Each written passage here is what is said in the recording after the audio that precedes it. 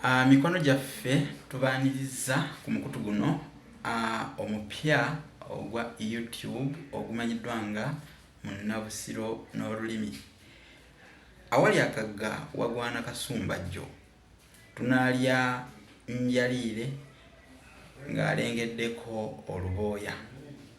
Wano we wali akagga, n'olwekyo njagala okubabagulizaako ng'oluggi lw'ebibo nti omukutu guno mupya nnyo ku mukutu guno ogwa YouTube, so twetaaga obuwagizi bwammwe obw'amaanyi nga mwagala emisomo egiteekebwako kye muyita okulikinga, nga mutuwa ebirowoozo byammwe nga bwe muba mulabye ku misomo egy'enjawulo egiteekebwa ku mukutu guno Munnabusiro n'olulimi, kye bayita comment. So comment nazo tuzaagala oba ebirowoozo byammwe n'okugabanako ne bannaffe ku nsonga z'omukutu guno kye muyita sharing.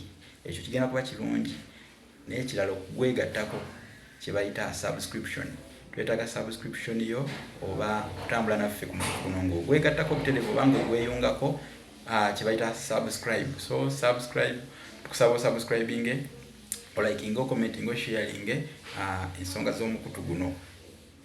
Tugenda kutambulira wamu mbakakasa mu ngeri ya butalekana nga Sonko na Kkovu. Omanyi awagumba ennume n'enduusi ate awabeera omuganza kyalo, awo era wosanga munnange enjasamidde busa.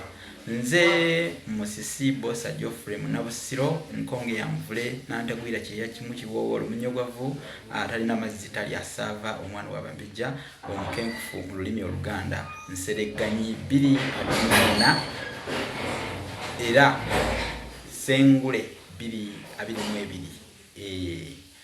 Mwebale nnyo, mwebale ddala okuwuliriza obubaka buno era ne mubutwala nga bwa nsonga. Mpozi kirala, nze muwandiisi w'ekitabo ekiyitibwa Olulasangeye. Olulasangeye kitabo kirimu ebigambo by'olulimi Oluganda olw'edda olukadde bukuku kirungi, kisomesa, kirimu Engereza edda, kirimu ebisooka eby'edda, so kyegulireko mukwano gwange. Ekitabo kino kya mitwalo 10 gyokka naye nga kinene.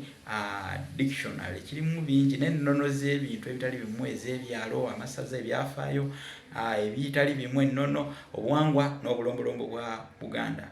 Tugguddewo omukutu guno okulwa kutambuliza ku nsonga za lulimi Luganda, era tusaba tunywerere ku ekyo, tuleme kuwugukawuguka, tuleme kuwugukawuguka mu ngeri ya mbuggubugu nga amazzi agabeera mu mukonda ogw'essunsa.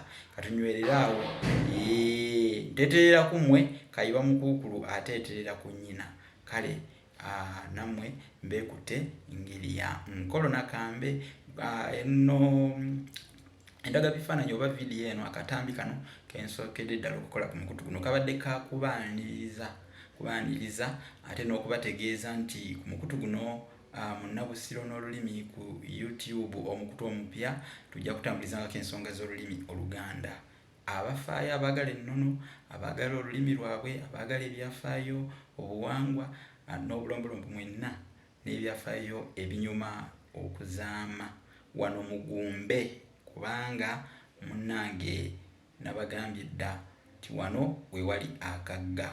Kale temulina kusagaasagana nga bunwe w'omukovu ate nga wano we wali akaluka. Jjukira awali akaluka omutaagwa weguzza omulyantaakuluzi, ate awava omukozi era balwogerako nti tewava mutango, ate era munnange awawooma enkolo tewasigala kalu. Kakati wano mutuulire ddala kitebe mu Lwente, batuulira ddala kitebe kubanga munnange by'okuyiga bijja kubangawo bingi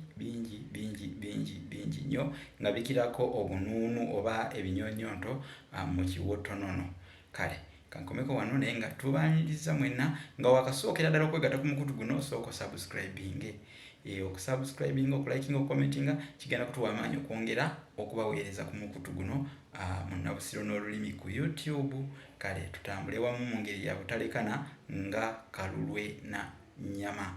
Sigadde nze Munnabusiro owammwe Sengule 222. Mubeewo nnyo, nange wendi ku lwammwe.